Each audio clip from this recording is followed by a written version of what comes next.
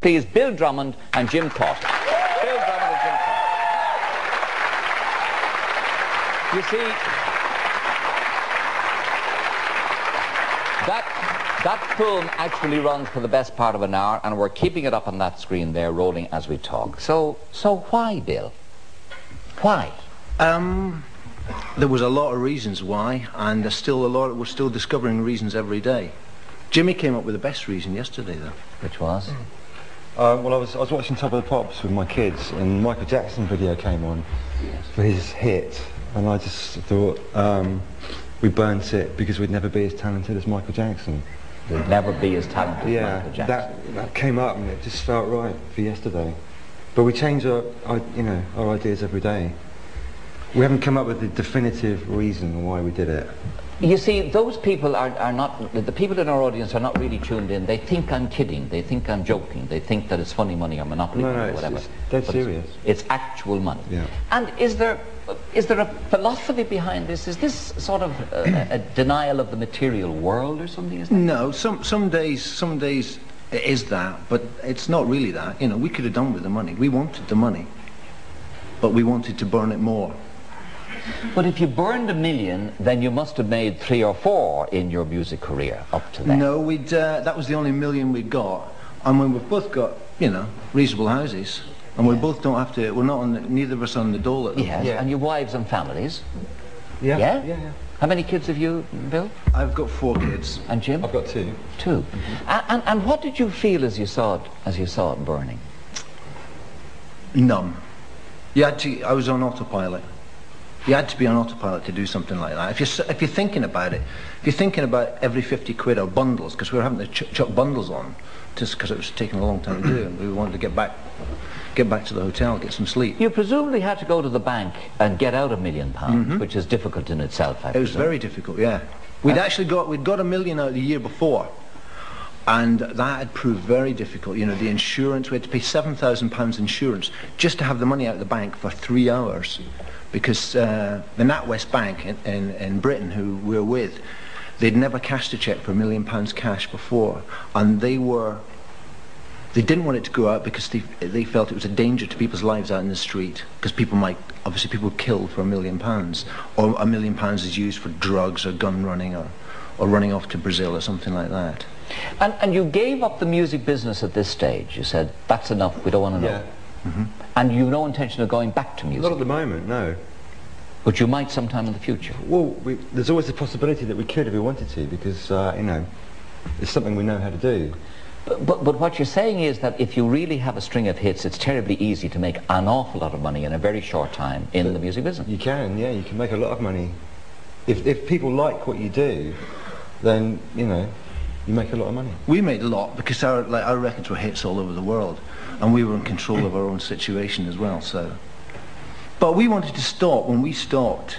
I mean, there's a lot of reasons for wanting to stop, but at least we stopped before our records were useless records. Most people can only make good records for a short period of time. Well, that's no particular reason to give up. I mean, if we all gave up just because we're not the best. I understand you've been doing this for 33 years, and I was thinking, how can you know? But obviously, you're still the best at what you do. But in pop music, you've been doing the show. You've seen them come and go. I've seen them go. Apart from Cliff, I suppose. Yeah. With the exception. And we thought, you know, it's better to get out while you're ahead.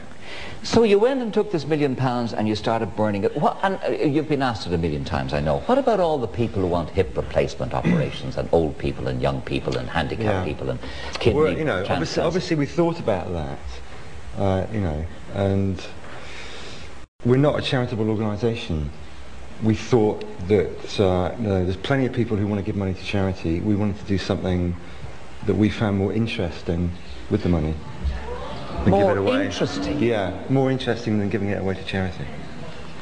I think of all the people who are in need of help in this country and in your own country, millions of them, and they're so badly off and so on. I think of the kids down in Cork at the moment who are starving, fasting through the Christmas period in the centre of the city in order to raise money for the homeless and so on.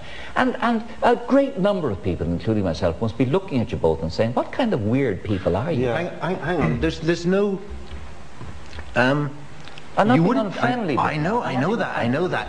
Yeah. People, if we'd gone and spent the money on swimming pools and Rolls Royces, Yep. I don't think people would be upset. No. It's because we've burnt it Yes. that they're upset. And, but we actually think, we found when we've been going around and we've been asking audiences, is there anybody in the audience who would like to burn £1 million or had that feeling in them sometime? I don't know if there's anybody here tonight, but we found people that have burnt wanted to burn £1 million. You wanted to burn £1 million. Yeah. It's refreshing. It's refreshing. Refreshing. The Why? whole idea. Why? Money is just money. You lose the idea of purpose in your life. You know, to draw on your own resources. I mean, take an SAS course, live on maggots. It's good for you. You know, it makes you more resourceful and innovative.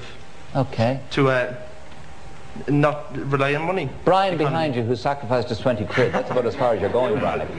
Don't worry, I'll get that back from you later. Oh, you think you will? I knew there was something I wanted to say to you. Isn't the fact, the reason why you did this, because you've got egos that could no longer be satisfied in the music industry, and you wanted a way to become something big, and to be the first people to burn £1 million would get you into history, and it is just satisfying their egos, and at least admit that.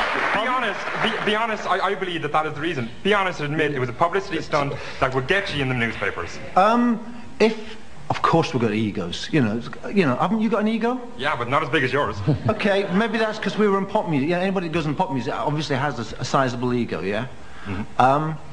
But if we wanted to do it as a publicity stunt, we could have done it as a huge publicity stunt.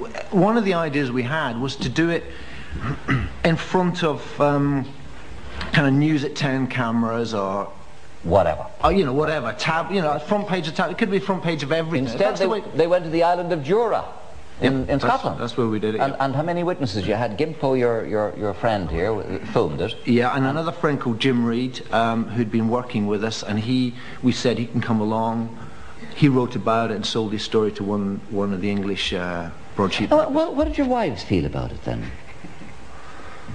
Well, there was a point before we did it that I kind of changed my mind and thought, hang on a minute, I'm not sure about this. And my wife said, you know, you better go ahead and do it, otherwise I'm going to leave. Yeah. So my wife was really into it.